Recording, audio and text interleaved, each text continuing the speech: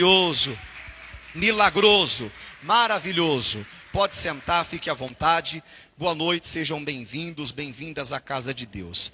O seu testemunho é o verdadeiro louvor a Deus. Não adianta nada cantar e só cantar. E o coração está cheio de mágoa, e a mente está cheia de perturbação, e a vida está cheia de vícios, de problemas. É um falso louvor que você está oferecendo a Deus. O verdadeiro louvor é aquele que aquele homem que estava na porta do templo chamada Formosa ofereceu. Ele entrou no templo saltando e louvando a Deus. Por quê? Porque ele foi curado. Ele recebeu o poder e ele foi liberto daquele mal. Você precisa de trazer para a sua vida o poder de Deus, para libertar você de tudo que oprime a sua mente, oprime a sua alma, faz você ficar pensando o que não deve, julgando, apontando o dedo para todo mundo, achando que todo mundo é ruim. Não, meu amigo, você tem que pedir para Deus: Deus, eu quero uma libertação pessoal. Liberta a minha mente de todo pensamento mal, liberta o meu coração de todo mal, liberta, Deus, a minha língua que só abre a boca para ficar murmurando, para ficar falando mal dos outros, e o Senhor vai operar, vai abençoar a sua vida de maneira grandiosa, e aí você vai louvar. Jesus disse: ser-me-eis testemunhas. Quando? Quando você receber poder. Ficai na cidade de Jerusalém até que do alto sejais revestidos de poder. E aí você será testemunha do Senhor, porque esse poder de Deus na sua vida coloca por terra todo o poder do mal, coloca por terra o poder da doença, o poder dos espíritos malignos que domina as pessoas com os mais diversos problemas e sofrimentos, e às vezes domina também o Filho de Deus. Por falta de entendimento, tem muitos que estão sendo destruídos. Nós vamos ver isso pela palavra hoje. Você recebeu a lição aí? Recebeu? Falta alguém receber? Então segure na sua mão. É uma lição que nós estamos estudando nas sextas-feiras. E foi muito boa a palavra que Deus deu, entendimento. Hoje pela manhã tinha uma multidão aqui. Deus também abençoou. E quem veio na sexta-feira viu que foi completamente diferente o entendimento que Deus trouxe. Então a palavra é assim, ela sempre se renova. Vamos lá? Como tomar posse da bênção? Determinação é o título. Qualquer negócio precisa ser começado por uma base. E tudo que podemos fazer para que através dessa base o sucesso seja alcançado, chamamos de entendimento. O entendimento também é como uma força. Quando o Gideão entendeu que a pessoa que é de Deus não pode ser oprimida pelo mal, Deus se agradou do entendimento dele. Porque Deus havia dito: ó, o Senhor é contigo, vai, o varão valoroso. Ele: o quê? Deus é conosco? Se Deus é conosco, por que tudo isso nos sobreveio? Quer dizer, como é que pode Deus ser comigo e o inimigo me oprimir, o inimigo me dominar? Eles estavam 7 anos sendo dominados pelos inimigos, 7 anos sendo dominados pelos midianitas. Ele não aceitou aquilo. E aí Deus agradou do entendimento dele: vai nessa tua força, porque você vai livrar Israel. O entendimento é como uma força, e nessa força você vence todo o mal. Mas por que o povo estava sendo oprimido pelos midianitas? Porque eles fizeram o que era mal aos olhos do Senhor. Se você ler Juízes capítulo 6, você vai ver. E aí quando eles clamaram ao Senhor, Deus trouxe para eles o entendimento e fez eles lembrar da palavra que eles haviam desprezado.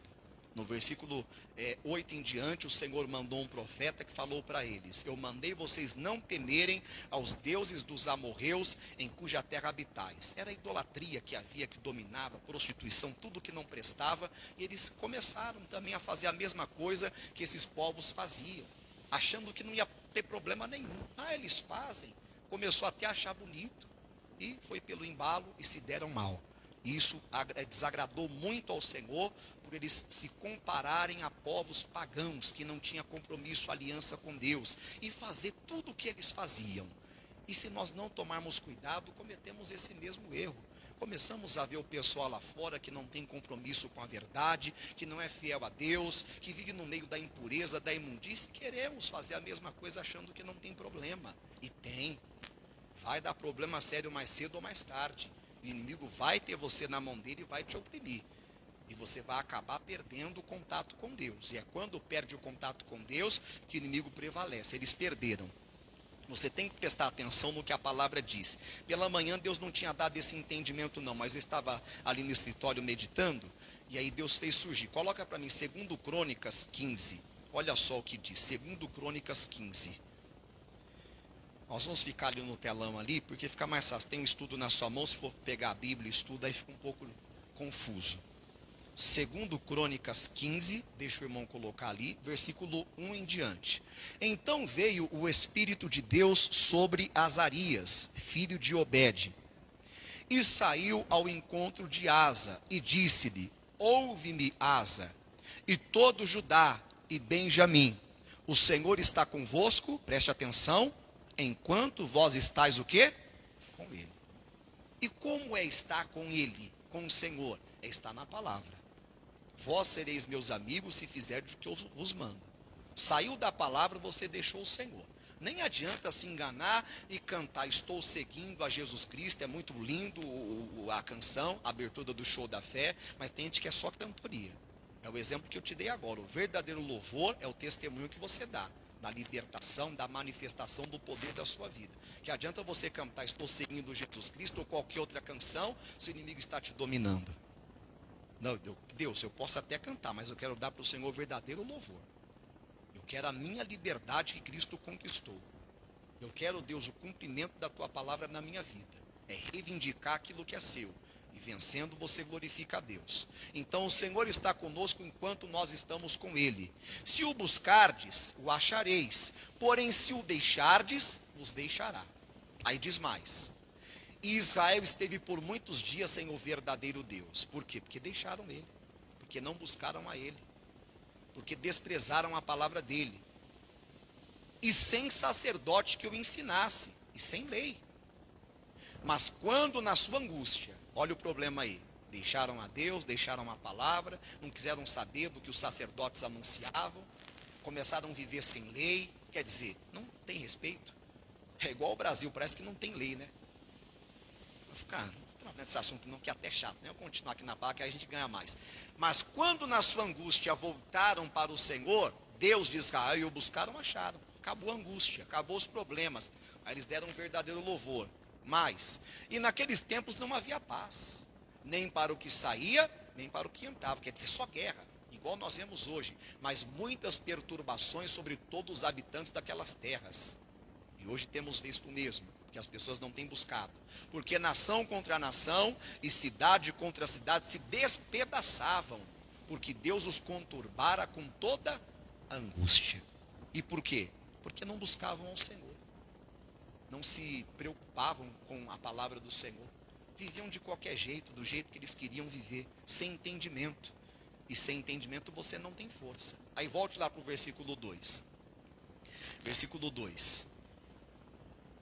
E saiu ao encontro de Asa e disse-lhe: ouve-me, Asa, e todo Judá e Benjamim, o Senhor está convosco enquanto vós estáis com ele.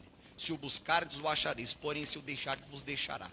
Aconteceu com Josué e com o povo.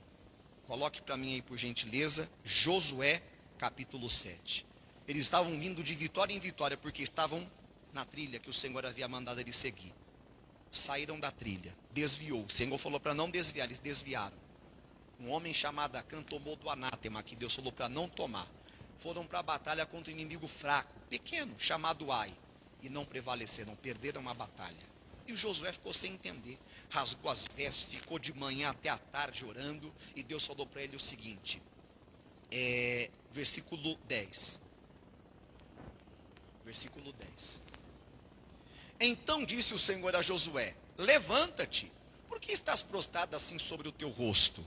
Israel pecou, e transgrediram a minha aliança que lhes tinha ordenado, e tomaram do anátema, e furtaram, e mentiram, e debaixo da sua bagagem o puseram.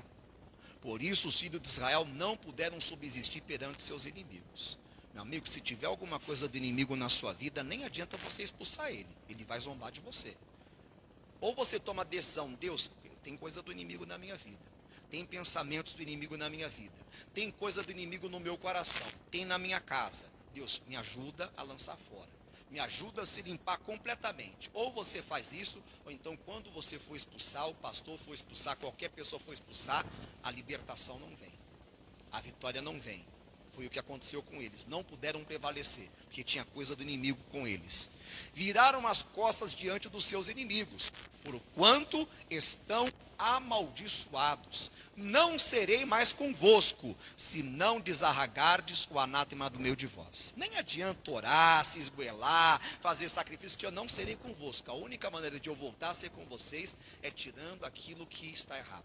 A mentira, o furto, a transgressão, aquilo que eu falei para vocês, para não deixar, para não pegar.